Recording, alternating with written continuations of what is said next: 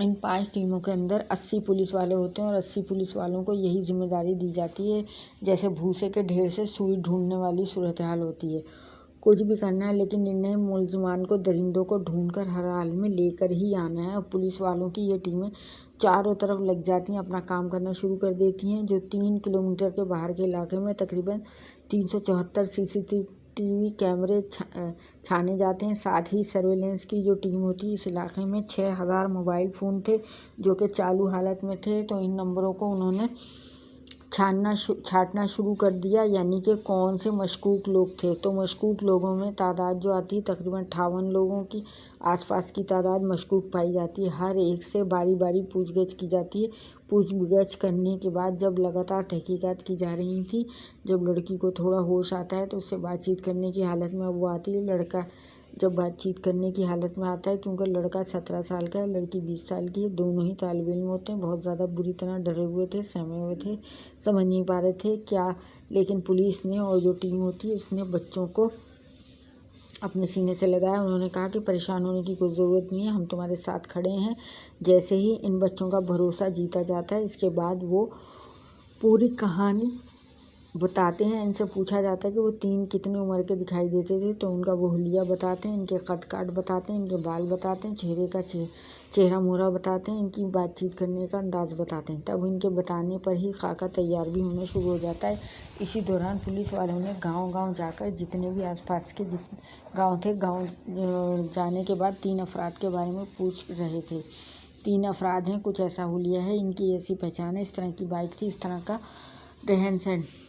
जब इस तरह का बताया जाता है तो पुलिस भी अपना काम शुरू कर देती है, देहाती भी मदद करने लगते हैं। अब ये तादाद 80 पुलिस वालों की नहीं थी, बल्कि अब इसमें सैकड़ों की तादाद शामिल हो जाती है। पुलिस ने पहले इन पर 25,000 का इनाम करार दिया। इसके बाद ये तादाद बढ़ाकर तकरीबन 50,000 के इनाम का ऐलान कर दिया जाता है। और एक जगह CCTV कैमरे में 3 अफराद एक बाइक पर जाते हुए दिखाई देते हैं। इसके बाद पुलिस को कुछ राहत मिलती है। पुलिस ने इस तस्वीर को निकालने के बाद इसे वायरल कर दिया, क्योंकि लड़का और लड़की ने कहा यही तो तीनों हैं, इन तीनों ने ही तो ये वाक़या अंजाम दिया है। और जैसे इन तीनों की शनाख्त की जाती है तो पता चलता है शिवराजपुर थाना है। जतिंदर कुमार पटेल और भोलू, जिसकी उम्र तकरीबन 25 साल के आसपास होती है, इसका एक ख़ास दोस्त होता है जो शिवराजपुर रिपवा के गाँव का रहने वाला विवेक पटेल, जिसका नाम होता है, कलाही का रहने वाला एक लड़का होता है परवीन पटेल। तीनों होते हैं। और पुलिस ने जब इनके घेराबंदी की है, घेराबंदी करने के बाद जो मरकज़ी मुलजिम होता है, जिसका नाम जतिंदर कुमार पटेल और भोलू होता है, वो 25 जुलाई 2026 की शाम तकरीबन 5 बजे के आसपास पुलिस की झड़प में उसकी टांग में गोली लगती है। इसे पुलिस गिरफ्तार कर लेती है।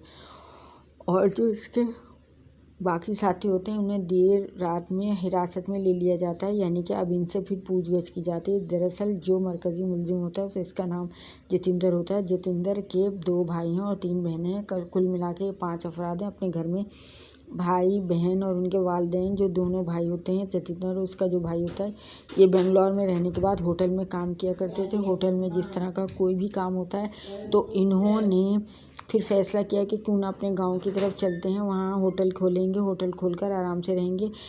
तो वो यहाँ आता है रिश्तेदारों की मदद से। आखिरकार वो एक होटल या ढाबा किस्म का छोटा सा खोल देता है और इस पर वो काम करता है। लेकिन इसकी एक आदत थी, जैसे ही ढाबे से फारिग होगा, लेकिन रात जैसे ही होती थी वो दोस्तों के साथ वक्त गुजारता था। इसका जो वालिद होता है अपने बेटे से बार बार कहता है कि बेटा तुम अपने काम में थोड़ी दिलचस्पी लो, मेहनत करो, तुम दोस्तों के चक्कर में ज़्यादा मत रहो। लेकिन इससे कोई फ़र्क नहीं पड़ रहा था। और इसी तरह 22 जुलाई 2026 को वो अपने होटल से निकला था तकरीबन 6 किलोमीटर दूर सामान ख़रीदने के लिए, क्योंकि होटल का जो सामान था, रोज़ाना सामान इकट्ठा करना होता था और सामान इकट्ठा करने के बाद अपने होटल पर बनाना होता है ताकि कोई गाहक की ख़रीदारी करने के लिए निकलते हैं। तो रास्ते में इसके दोस्त परवीन मिल जाता है और विवेक मिल जाता है। विवेक और परवीन जब निकले हुए जा रहे थे, तीनों बाइक पर बैठे हुए थे, अचानक ही इनकी नज़र पड़ जाती है एक बाइक पर। और एक बाइक को देखने के बाद वो अंदाज़ा लगा लेते हैं कि हाँ, यहाँ कोई ना कोई यहाँ ज़रूर होगा, क्योंकि इससे पहले भी शायद उन्होंने इस तरह की कोई वाक़या अंजाम दिया हो, उन्होंने देखा हो या सुना हो। लेकिन इनके जहन में कुछ गलत ख्याल आ जाता है और सीधा जब वो इस बाइक के सहारे जब आगे चलते हैं तो चलने के बाद एक लड़का लड़की पहाड़ी पर आराम से बैठे हुए मिल जाते हैं। जब बैठे हुए मिल जाते हैं तो ख़ुद को जंगल का अफसर बताते हुए सीधा इनके पास जाते हैं और बारी बारी इनके साथ तीनों मिलकर